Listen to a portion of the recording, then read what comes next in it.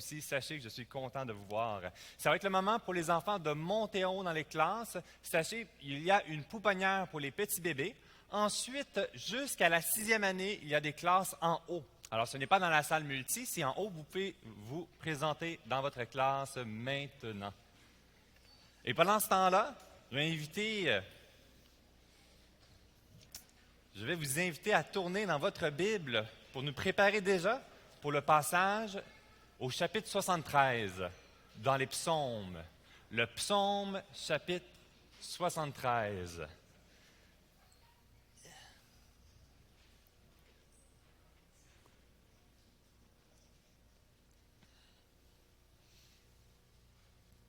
Et voilà. Alors, si c'est la première fois, on est dans une mini-série pour l'été. On va faire 10 dimanches de prédication à travers les psaumes. Et ce thème, venons et contemplons.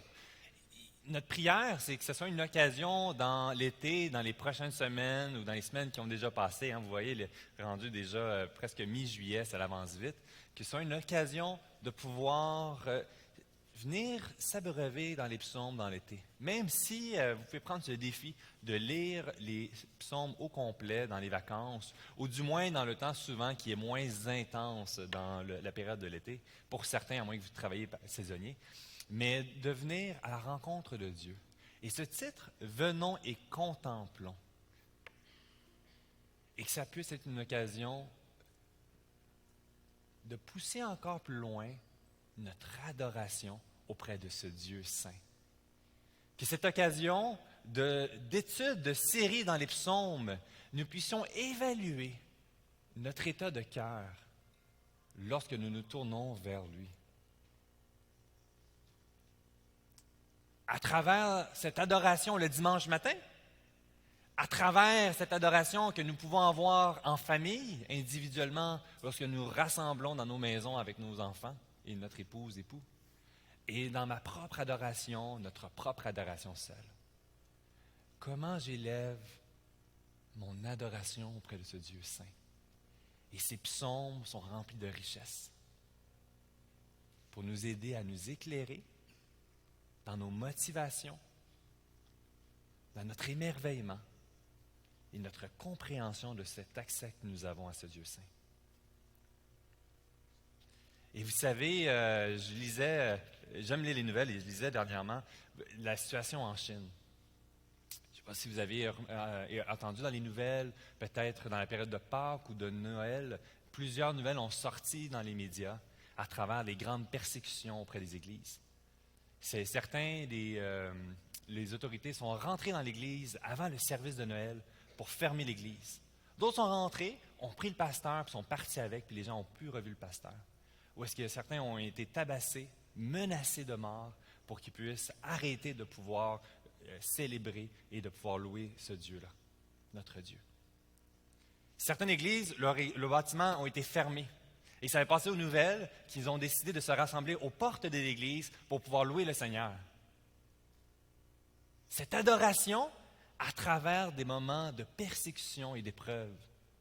Et l'État, un État communiste qui se dit donc athée, bien qu'il, dans les parenthèses, se dit tolérant au christianisme, dans les actes, tente de l'étouffer.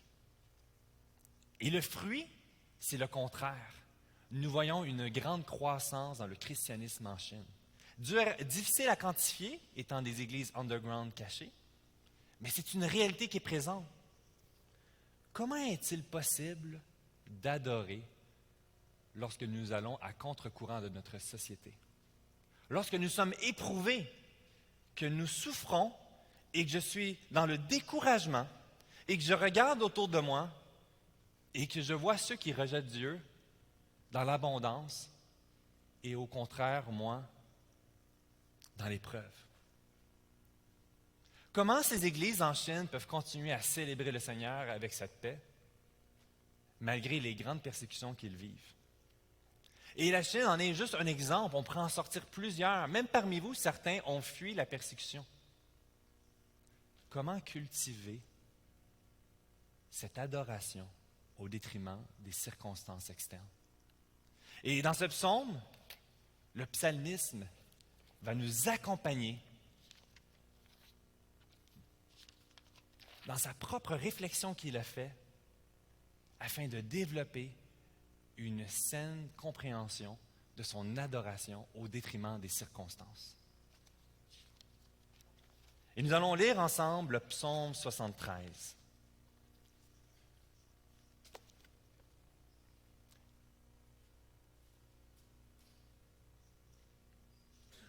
Psaume d'Asaph. Oui, Dieu est bon pour Israël, pour ceux qui ont le cœur pur. Toutefois, mon pied allait fléchir, mes pas étaient sur le point de glisser. Je portais envie aux insensés en voyant le bonheur des méchants. Rien ne les tourmente jusqu'à leur mort, et leur corps est chargé d'embonpoint. Ils n'ont aucune part aux souffrances humaines. Ils ne sont point frappés comme le reste des hommes. Aussi, l'orgueil leur sert de collier. La violence est le vêtement qui les enveloppe. L'iniquité sort de leurs entrailles. Les pensées de leur cœur se font jour. Ils raillent et parlent méchamment d'opprimés. Ils profèrent des discours hautains. Ils élèvent leur bouche jusqu'aux cieux et leur langue se promène sur la terre. Voilà pourquoi son peuple se tourne de leur côté. Il avale l'eau abondamment. Et il dit, comment Dieu saurait-il? Comment le Très-Haut connaîtrait-il? Ainsi sont les méchants. Toujours heureux, ils accroissent leur richesse. C'est donc en vain que j'ai purifié mon cœur et que j'ai lavé mes mains dans l'innocence. Chaque jour, je suis frappé. Tous les matins, mon châtiment est là. Si je disais, je veux parler comme eux, voici, je trahirais la race de tes enfants. Quand j'ai réfléchi là-dessus pour m'éclairer, la difficulté fut grande à mes yeux, jusqu'à ce que j'eus pénétré dans le sanctuaire de Dieu et que j'eusse pris garde au sort final des méchants. Oui, tu les places sur des voies glissantes. Tu les fais tomber, les mets en ruine. Et quoi? En un instant, les voilà détruits. Ils sont enlevés, anéantis, par une fin soudaine. Comme un songe au réveil, Seigneur, à ton réveil, tu repousses leur image. Lorsque mon cœur s'aigrissait, et que je me sentais percé dans les entrailles, j'étais stupide et sans intelligence. J'étais à ton égard comme les bêtes. Cependant, je suis toujours avec toi. Tu m'as saisi la main droite. Tu me conduiras par ton conseil, puis tu me recevras dans la gloire. Quel autre ai-je au ciel que toi? Et sur la terre, je ne prends plaisir qu'en toi. Ma chair et mon cœur peuvent se consumer. Dieu sera toujours le rocher de mon cœur et mon partage. Car voici, ceux qui s'éloignent de toi périssent. Tu anéantis tous ceux qui te sont infidèles. Pour moi, m'approcher de Dieu, c'est mon bien. Je place mon refuge dans le Seigneur, l'Éternel, afin de raconter toutes tes œuvres. Amen. Prions. Seigneur Dieu, tant de richesse dans ce passage. À quel point c'est d'actualité dans ma vie, dans notre propre vie aujourd'hui, en 2019.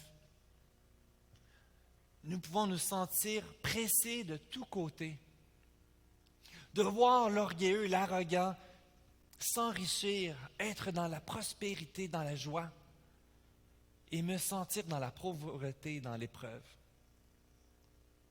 J'ai besoin que tu m'éclaires dans ces sentiers. Accompagne-nous à travers ta parole, à travers ce psaume, ce matin, à considérer tes voies, à mettre en lumière dans mon cœur peut-être des racines de mauvaises herbes qui doivent être retranchées. et mauvais sentiers que j'ai entrepris et que je dois revenir sur mes pas vers toi. Éclaire-nous, glorifie-toi. Amen. Et en lisant ce psaume, ça me stimulait, ça me donnait le goût de pousser plus loin, de comprendre comment réagir, en quoi, à travers ces situations, je peux reposer ma foi sur Dieu. Et il commence le verset 1 avec la réponse. Pourquoi? Parce que Dieu est bon.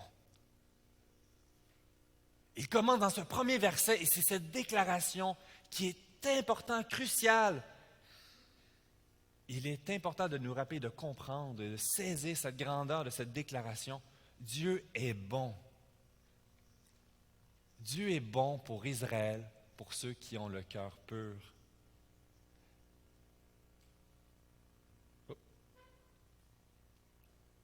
Et voilà, le bouton à coller. Excellent. Alors, Dieu est bon ici, dans la première déclaration, dans le sens, et ici, comme Calvin définit, dans le sens de qu'est-ce que tu veux dire par Dieu est bon?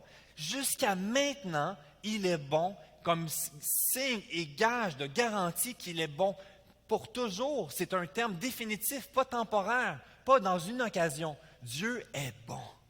Dieu est bon à travers la création. Dieu est bon depuis toujours et Dieu est encore bon. Et Dieu sera bon. La vie passée est une manifestation, une démonstration de la bonté de Dieu. Et ici, il vient préciser, Dieu est bon pour ceux qui ont le cœur pur. Alors, pas pour tous. Dieu est bon pour ses enfants. Mais pourtant, même Asaph, confronté dans la situation qu'il voit, oui, mais eux, ils ont plus de richesse. Ceux qui te renient, puis avec arrogance et orgueil, prospèrent mieux que moi. Est-ce que tu es plus bon avec ceux qui ne croient pas en toi? Mais première déclaration, ce qu'Asaph veut que nous retenions, c'est que Dieu est bon pour ses enfants. Comment ça fonctionne? Puisque quand on voit les situations autour de nous, ça peut créer en nous ce questionnement, cette remise en question. Oui, mais... Et c'est ce qu'il a lui-même vécu. Et dans la souveraineté de Dieu, il inspire Asaph afin de nous éclairer dans ces pièges dans lesquels nous pouvons mal interpréter ce qui est bon. Ce que Dieu dit être bon n'est pas nécessairement ce que nous pensons être bon. Et ça va produire des pièges, des sentiers de la fuite, de dire « Hey, je veux aller dans cette direction-là, je veux ce qui est bon à ce niveau-là pour moi. » Et dans ce passage, nous allons voir, à partir du verset 3, « Car je portais envie aux insensés en voyant le bonheur des méchants. » Ici, cette convoitise dans notre cœur qui peut se développer. Un sentier, et dans le sens ici qu'on le voit, quand mes pieds allaient fléchir, on voit au verset 2, se laisser glisser. Vous savez, quand mettons, on vide une cruche d'eau dans le sable, puis qu'il y a déjà des traces, l'eau se glisse le plus rapidement dans ces traces-là et descend sans arrêt. Là. Ça se vide directement. Et se sentir, c'est comme si on était comme dans la cruche d'eau et se sentir glisser directement dans la première ouverture qu'on voit. Et la première que nous voyons ici, à travers la convoitise. Je portais envie aux insensés en voyant le bonheur des méchants. Je vois ces personnes qui ne suivent pas les voies de Dieu être dans le bonheur, d'être dans la joie, d'être heureux. Et ça peut produire en nous cette convoitise. Je veux ça, moi aussi. J'ai besoin de ça. Je veux avoir la même paix que lui. La même joie. Vous savez, ce qui était très populaire, qu'il est encore, là, probablement, il y a d'autres philosophies qui embarquent, mais le rêve américain, vous savez, Suite après la Deuxième Guerre mondiale, boom économique, et on relance l'économie, on va avec la consommation, une consommation qui est une surconsommation. Et là, les gens veulent quitter leur pays pour se rendre aux États-Unis, là où il est bon de vivre et de surconsommer, d'avoir 8 télévisions dans la maison.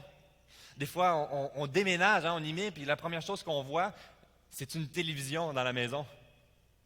C'est pas surprenant de voir que des fois, on a tellement attendu, puis on avait tellement hâte d'avoir ces biens-là. Des fois même, on n'a pas le temps d'acheter des lits, on n'a pas le temps d'avoir des sets de fauteuils. C'est pas grave, mais j'ai la grosse télévision 175 pieds. Comprenez ce que je veux dire? Je ne sais pas jusqu'à où ça va, c'est une bonne question. Peut-être un peu d'exagération dans mon nombre de pouces, là. Mais si ça pouvait rentrer chez nous, je suis sûr qu'il y en a qui essaieraient de la faire rentrer.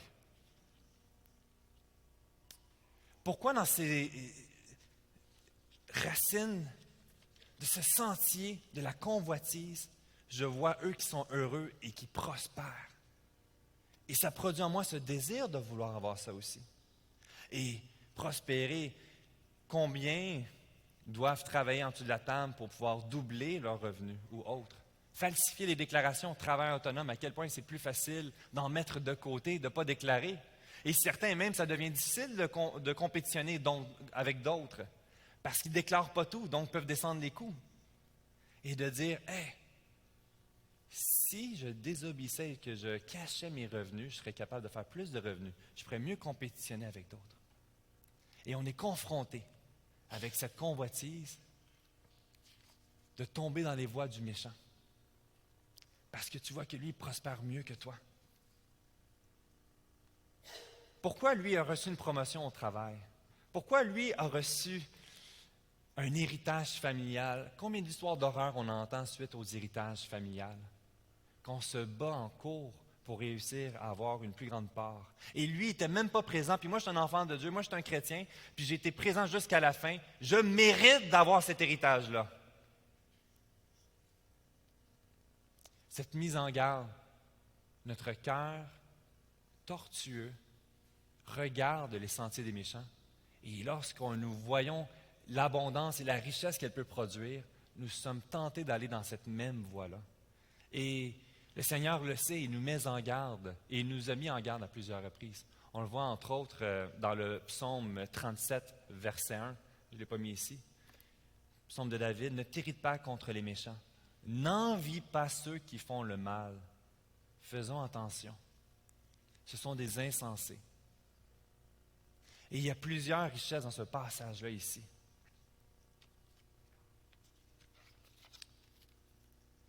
De comprendre leur recherche du bonheur n'est pas le bon endroit. Et si je perds ma perspective et que je me mets à marcher dans le même endroit à travers cette convoitise, je vais perdre la perspective de ce que c'est vraiment le bonheur. Cette paix, cette sérénité, je ne la retrouverai pas dans l'endroit que je vais aller dans ces sentiers. Cette mise en garde de ne pas tomber dans le sentier, dans la convoitise, ni de l'insatisfaction. Vous savez, ça peut être relié les deux ensemble quand même. Je convoite parce que je suis insatisfait. Mais lorsque je regarde mon état simple, je peux développer cette propre insatisfaction. C'est donc en vain que j'ai purifié mon cœur et que j'ai lavé mes mains dans l'innocence. Chaque jour, je suis frappé. Tous les matins, mon châtiment est là. Et on le voit, le psalmiste souffre, est éprouvé. Voici tout ce que j'ai fait pour toi, Seigneur. Pourquoi ça? Pourquoi cette souffrance? Je mériterais plus. Je mériterais mieux. Certains, donc, viennent dans l'espérance d'avoir un meilleur contexte, l'espérance d'avoir une promotion. Et là, un jour, j'ai ma promotion et là, je désire une autre promotion pour avoir un salaire de plus et encore plus. Et finalement, c'est jamais assez. Mon besoin n'est pas comblé. J'ai grandi dans une famille où est-ce que mes parents se sont divorcés très jeunes. Ma mère est retournée aux études. Et retourner aux études, travailler en même temps, s'occupait de nous, les deux enfants. Et c'était un défi qui était présent. On avait de la misère à avoir de la nourriture à la table. Je me rappelle, moi, j'étais très heureux, on mangeait des sandwichs au beurre d'arachide. Et ça, c'était ma joie. Mais ma mère, elle se sentait mal. Mais c'est dans mes plus beaux souvenirs de ce moment-là.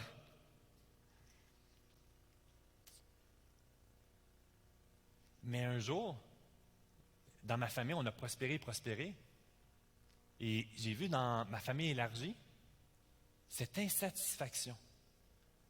Améliorons notre condition, mais jusqu'à quand serais-je satisfait? Et c'est un deuxième sentier qui est une mise en garde que peut-être que je ne serai jamais satisfait. Toujours plus. Je n'ai plus de temps pour Dieu. Parce que j'ai besoin de ça. J'ai besoin de mes vacances. J'ai besoin de mon bateau.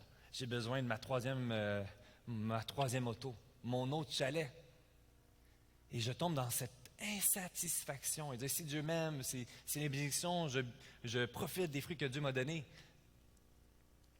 Mais dans mon cœur, je désire plus. Je mérite cette chose. Ou des fois, j'ai rien. J'ai juste rien. Pourquoi j'ai pas mieux? Pourquoi j'ai pas une maison?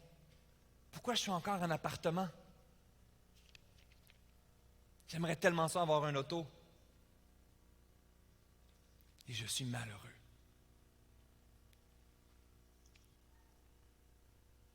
Pourquoi ces découragements et ces épreuves? Ici, Asaph, dans le contexte, vous savez, c'était difficile la vie. Souvent, il a dû être éprouvé, avoir eu froid, probablement eu faim. On n'est pas dans une surconsommation comme ici, que le dépanneur est à 10 minutes et on trouve c'est loin.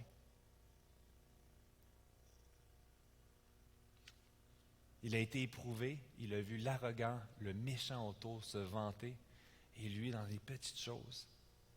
Pourquoi? Nous-mêmes, dans notre vie, lorsque nous sommes éprouvés, on dit « je mériterais mieux ». Vous savez, quand quelqu'un décède, des fois, quand il est jeune, il dit « il ne méritait pas ».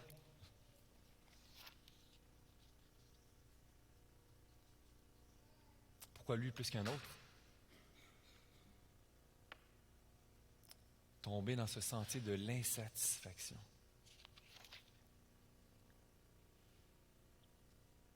Des fois, je vais travailler fort, le plus fort que je peux, bûcher, et finalement, le résultat est nul. Et dans les dangers de l'insatisfaction, je trouve ça intéressant dans un commentaire. Le danger peut nous amener à l'athéisme, le rejet de Dieu. De tomber dans les autres philosophies présentes. Pourquoi? Parce que Dieu ne répond pas à mes besoins. Pourquoi aurais-je besoin de Dieu s'il ne répond pas à mes demandes? Combien de fois j'ai entendu, j'ai arrêté de prier parce que Dieu ne répond pas? Pourquoi lui parler s'il ne répond pas à ce que je lui demande? On va développer cette colère ou ce rejet de Dieu parce qu'il n'est pas venu répondre à mes besoins. Ou, dans ma poursuite de toujours plus, je développe cette capacité d'autosuffisance d'y arriver par mes propres ressources. Je n'ai plus besoin de Dieu, j'y arrive par moi-même. Le piège le sentier de la folie de tomber dans cette convoitise, dans cette insatisfaction, mais aussi dans le sentier de la pression des pères. Et on voit ici, dans les versets 9 et 10, ils élèvent leur bouche jusqu'aux cieux et leur langue se promène sur la terre. Voilà pourquoi son peuple se tourne de leur côté, il avale l'eau abondamment. Cette pression sociale, « Hey, ça va bien, c'est ça la vérité, il est là le bonheur, c'est ça la chose. » Puis si tu ne vas pas dans cette direction, tu es un fou, un insensé, un si. Il y a plein d'expressions, puis on en a plusieurs qu'on ne dira pas. Vous savez, je parlais avec un frère d'église hier, et il y a un film qui est en cours sur l'avortement présentement. Et ça fait la grosse polémique. C'est le gros scandale présentement. Parce que c'est un film qui est basé sur une perspective qui décourage l'avortement et veut remettre en perspective ce que c'est réellement l'avortement. Vient d'un mouvement qui s'appelle Pro-Vie. Et aujourd'hui, on ne parle plus de Pro-Vie, on dit les anti-choix, le groupe haineux. Parce que nous, en tant que société, le peuple québécois nord-américain, la majorité, la pression sociale a établi que l'avortement est bon.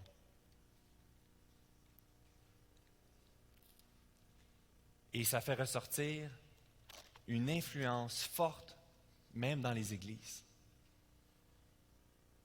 Une statistique ressort, que je parlais avec mon épouse, 36% des femmes qui ont été avortées aux États-Unis assistent régulièrement dans une église.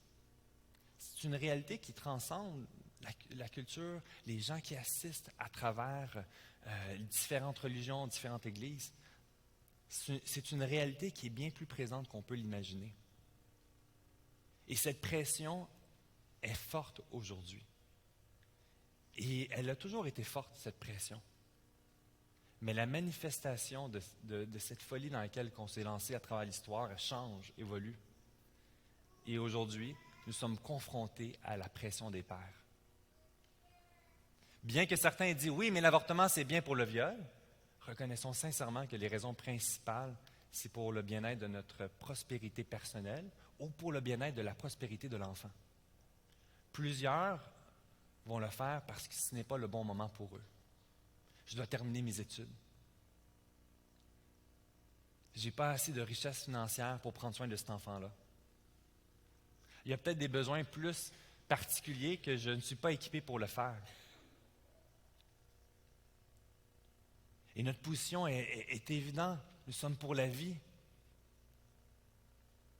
On veut encourager chaque personne qui est éprouvée par cette décision de prendre en charge une naissance, de les soutenir et les encourager pour la vie.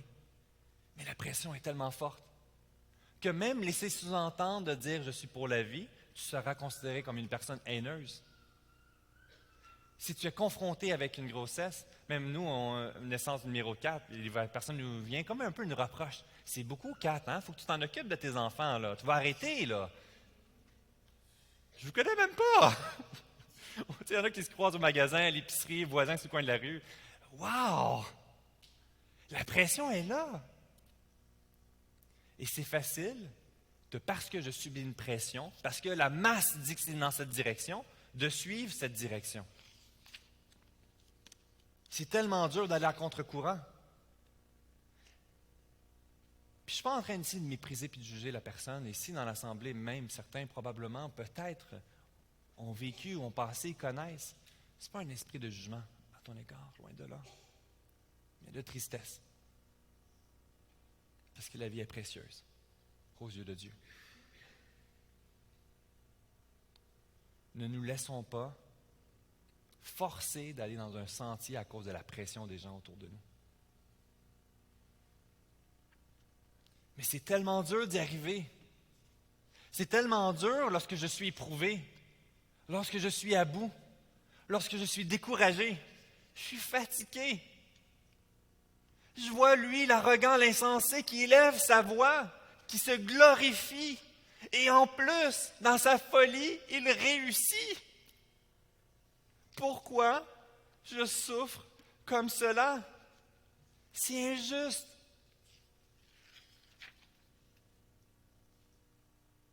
Et Asaph était sur le point de glisser dans ces sentiers. Mais il y a une bonne nouvelle qu'on voit dans la prochaine. Ma force en toi. Jusqu'à ce que j'eusse pénétré dans les sanctuaires de Dieu et que j'eus pris garde au sort final des méchants. Attaché à toi. Sur le point de tomber jusqu'à ce qu'ils viennent dans la présence de Dieu. Tandis que mon réflexe naturel quand je souffre est de m'isoler, le secours se trouve en Dieu. Dans le sanctuaire, à l'endroit où les écrits étaient lus. Aujourd'hui, nous pourrions redire, lorsque j'ai ouvert ta parole et que je suis venu à ta rencontre, me nourrir de ta sagesse, me laisser instruire et prendre conscience de ma dépravation et de ma faiblesse et de découvrir le Dieu que tu es. Attaché à toi.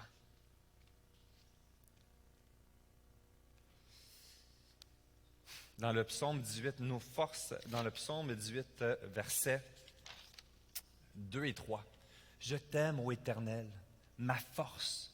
Éternel, mon rocher, ma forteresse, mon libérateur, mon Dieu, mon rocher, où je trouve un abri, mon bouclier, la force qui me sauve, ma haute retraite. » Nous avons cet accès à ce Dieu qui veut être notre bouclier, qu'il veut que nous nous tournions vers lui et que nous étanchions notre cœur, notre vie auprès de lui. Seigneur, viens. Je souffre. Je ne comprends pas ce qui se passe. Viens à mon secours.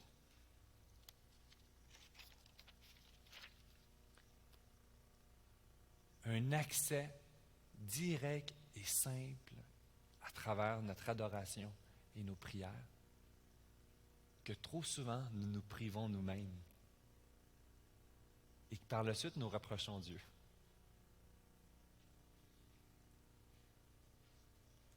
Attaché à toi, en développant ce contentement,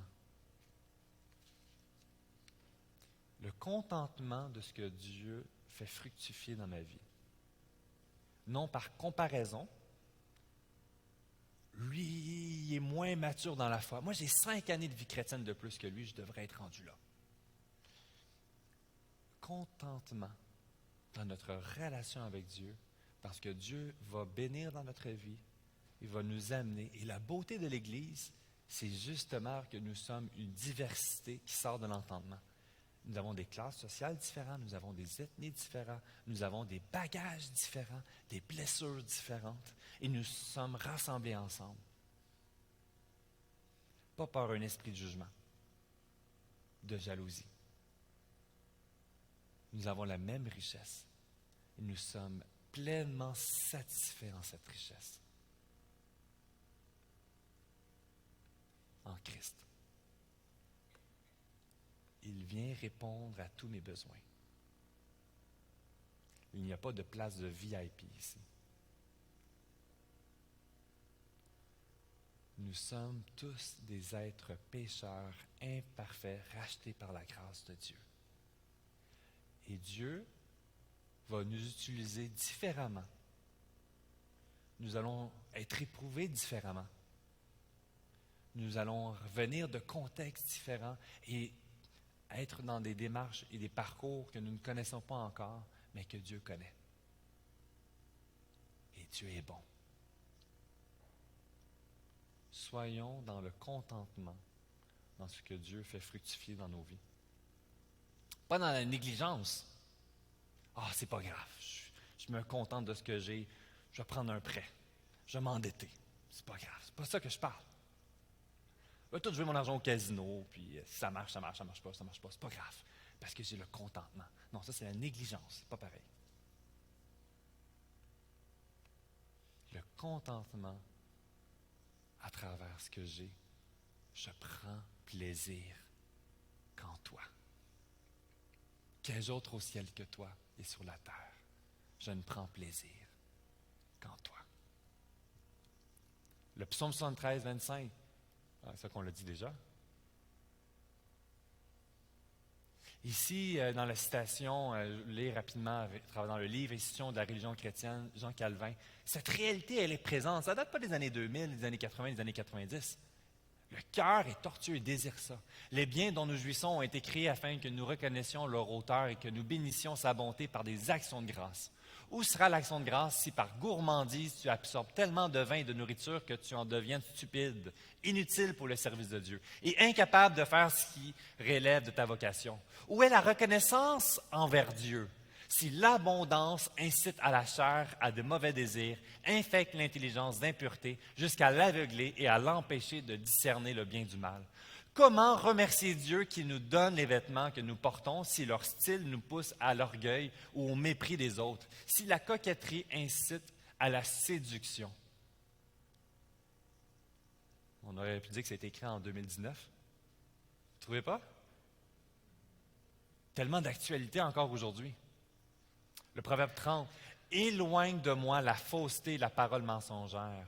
Ne me donne ni pauvreté ni richesse. Accorde-moi le pain qui m'est nécessaire, de peur que dans l'abondance, je te renie. Et ne dise qui est l'Éternel, ou que dans la pauvreté, je ne dérobe et je ne m'attaque au nom de mon Dieu. Alors certains disent, ça doit être la grande pauvreté. Puis si tu veux être plus proche de Dieu, cherche à être plus pauvre, souffre. Non, quand même. L'autre, si Dieu, tu es avec Dieu, Dieu est un Dieu d'amour, il est bon, alors tu vas connaître la grande richesse. Et un croyant doit vivre dans la prospérité. Aime Dieu et tu seras riche. C'est une hérésie qui est fort populaire en Amérique présentement, en Afrique aussi. Ça fait des ravages. Ce n'est pas ça l'Évangile. Notre richesse n'est pas là. Ta destinée. Plein d'indications revenaient dans ce passage. Et c'est primordial, c'est crucial pour nous aider à lutter contre ces mauvais sentiers, de comprendre notre destinée, de comprendre leur destinée. Tu me conduiras par ton conseil, puis tu me recevras dans la gloire. Ici, je trouve ça frappant parce que, comme nous voyons encore aujourd'hui, le rejet de Dieu. Je n'ai pas besoin de Dieu, et la preuve, c'est que je suis dans la richesse présentement. Tu n'as rien compris de ce que c'est la richesse.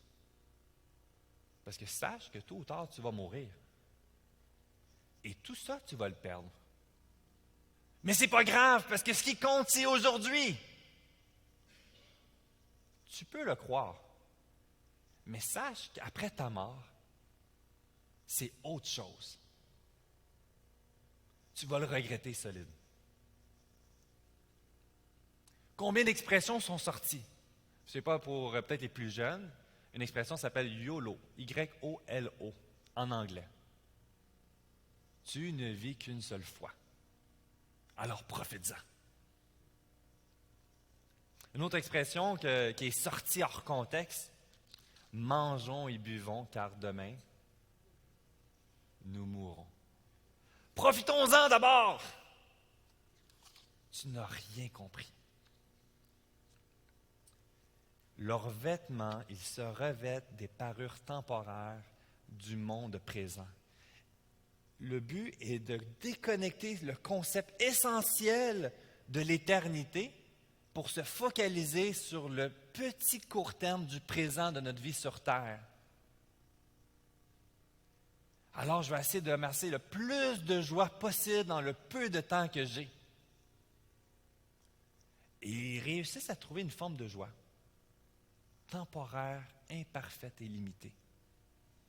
Et nous, en tant qu'enfants de Dieu, on le regarde et on dit « Hey, ça a l'air bon, ça! » Attention! Rappelle-toi de ta destinée. Ta joie en Christ sera pleinement manifestée et vécue dans la présence de Dieu pour l'éternité. J'ai cette joie et cette paix que je suis un enfant de Dieu aujourd'hui, mais j'ai cette joie et cette paix et l'espérance et l'assurance que je vais être dans sa présence pour l'éternité. Nous sommes confrontés avec des séductions temporaires et limitées, restreintes. Et je préfère dans mon cœur de fou ces petites choses limitées en contraste à l'éternité dans la présence de la gloire de Dieu. Ça n'a aucun sens, mais c'est ce que mon cœur, pécheur et tortueux, désire. Et je dois lutter, je dois revenir à sa parole, à développer ce contentement. Dieu, tu es béni, je suis reconnaissant. Merci Seigneur. Je vais être dans ta présence pour l'éternité. Y a-t-il rien de plus merveilleux que ça? Et vous savez, hein, les gens ont bien beau paraître heureux, les beaux vêtements, les belles parures. À leur mort, ils ont peur. Mon grand-père ne voulait rien savoir de Dieu. C'est un homme dur. Il se disait catholique, mais il ne voulait pas qu'on parle de ces choses-là. Il a eu le cancer la semaine ou 2 semaines avant qu'il meure. Je suis allé le voir, puis j'ai demandé, grand-papa, as-tu peur de mourir? Il m'a regardé, puis pour la première fois, il m'a répondu avec sincérité. « Je suis terrifié! » J'avais 17 ans. Je dis, est-ce que je peux te parler de ce que la Bible elle dit, de ce qu'est la mort? Puis il dit, oui, parle-moi s'il te plaît. Et c'était une occasion pour prêcher l'Évangile.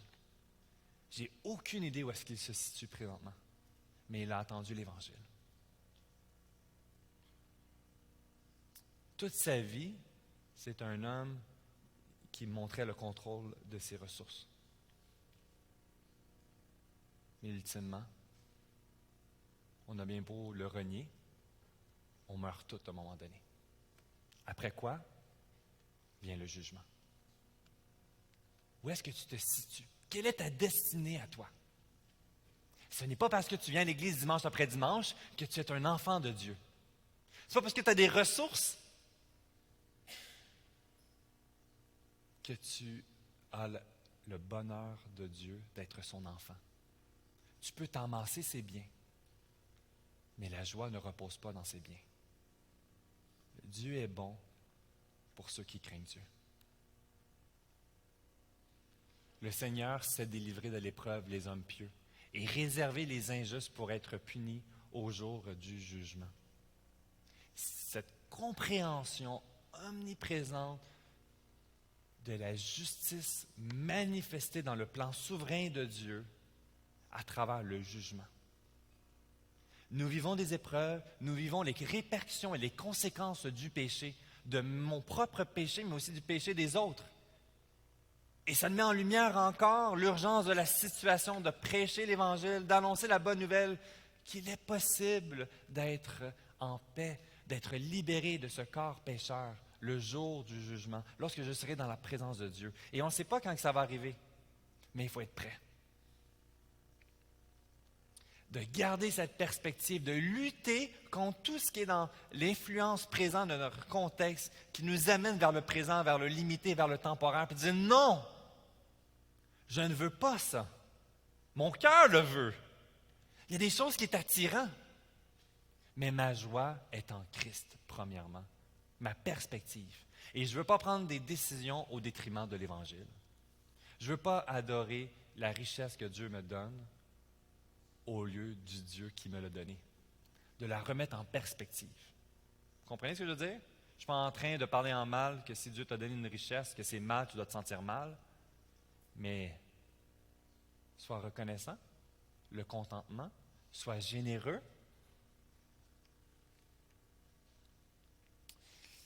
Ici, juste avant de tomber dans la conclusion, dans les derniers versets, dans cette prise de conscience, dans cette destinée, et il y a un point ici que je trouvais ça vraiment important et intéressant, c'est que ce n'est pas dépendant de notre état, de notre condition. Et ici, quand on le voit dans cette transition à partir du verset 23, « Cependant, je suis toujours avec toi parce que tu m'as saisi la main droite, parce que tu me conduiras par ton conseil, parce que tu me recevras dans la gloire. » C'est qu'on ne mérite même pas l'amour de Dieu. Nous ne le méritons pas, la bonté de Dieu à notre égard. Dieu est bon pour ses enfants, non parce que nous le méritons.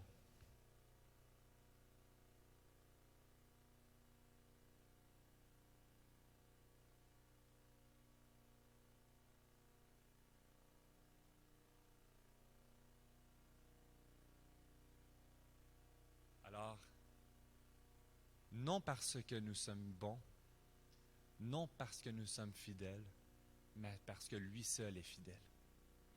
Et c'est ce que Asaph déclare dans sa vie.